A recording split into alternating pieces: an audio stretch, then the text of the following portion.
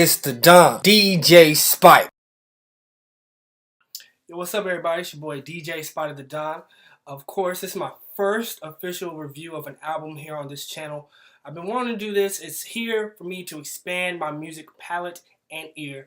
How I help of you, my subscribers and followers. So, the first album, no further ado, of course, is SZA Control. I want to let everybody know how I do this. I give an album 2 listens. I listen to a first review, first listen. I write out what I like, what I don't like. Then I take some time, let it breathe, and I come back and listen to it again. So I gave this album 2 listens. So this is a 2-listen review. Of course, everything changes sometimes upon a second listen or third listen. So you can't always get a concise idea of what an album really is trying to do and mentally ingest all the information. So I always give it 2 listens. So keep in mind, it's a SZA Control, my review. Hey guys, the first thing I want to talk about is SZA's voice, how richly textured it is, how jazzy, how well groomed it sounded. The production and her engineers did a great job, so hats off to them for cleaning up whatever she messed up on and putting a great mix on her voice. The album itself is really a trip-hop, disco, funk, and R&B pop mix of things, but I think overall the sounds involved with this album cover SZA's personality very well. She's very, the black hippie thing they got going on in TDE, it all comes together in SZA's personality right here in this album. Very eclectic nature. It kind of reminds me of Nelly Furtado and Erykah Badu, very eclectic artists who never really stuck to one type of thing. They always like to experiment and try different things. Just for saying that, I would love to hear her on Timbaland style beats. I would love to hear her on Timbaland style beats. I think she will do very well. She executes R&B flawlessly on this album. Flawless R&B execution.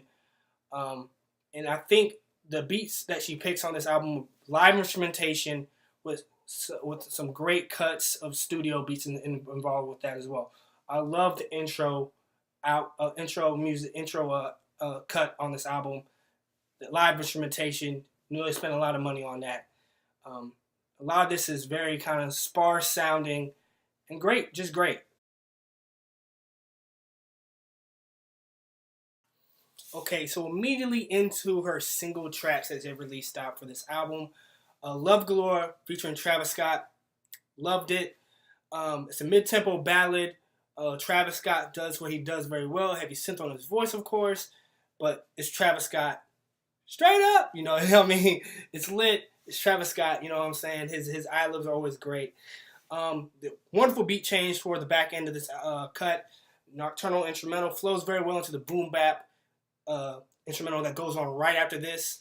I love that the way they worked it together. The beat change was a little awkward at first, but I did like it.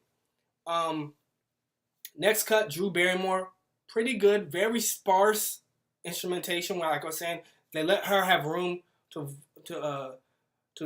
let her voice breathe. Synth plus guitar, strings bring a nice resonant dissonance to the back end of this. Very expressive with her voice, you know, because when you allow your voice to breathe and use your voice as an instrument, as a jazz singer would, you have to let your voice be very expressive as an instrument would. So not just saying the words and just being able to navigate those ranges with your voice. Going into my favorite tracks, Doves in the Wild with Kendrick. You already know, when are we going to get the Black Hippies album? It might not happen, but I want it, period. Great pace. Of course, they have great chemistry together. Delivers in every way I wish, I'm hoping for a Black Hippies album to sound like. Period. I want that album, period. My second favorite track, well, I have two. These are 2 tied for my second favorite. The Weeknd and Broken Clocks. I have, as a DJ, already got Broken Clocks down. Sexy R&B burners for the summer. She has that beautiful 90s style rhythm and pace, cadence on this song.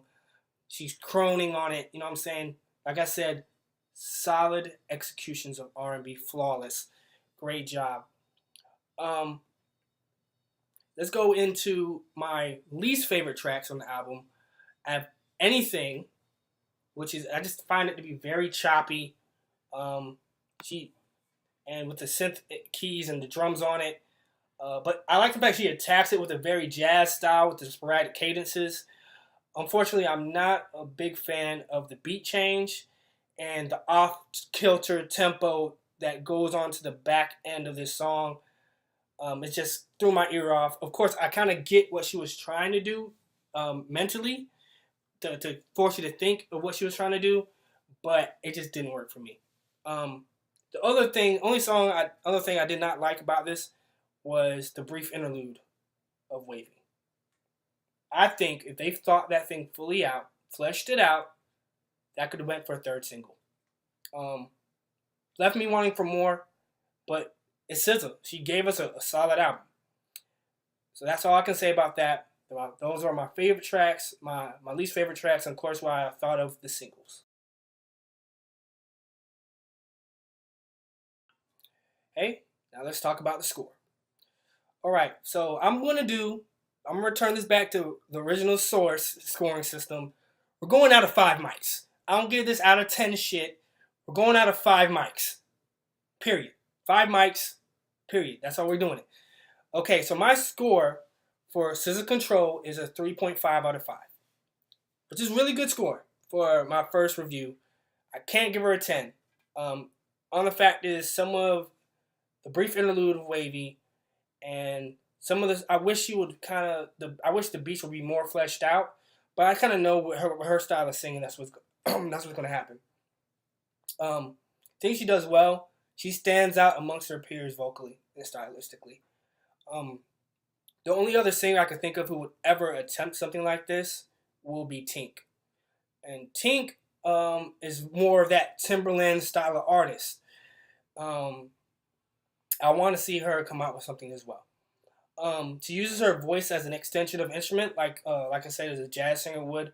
And a lot of these instrumentals have very sparse spaces for her to kind of breathe life into them.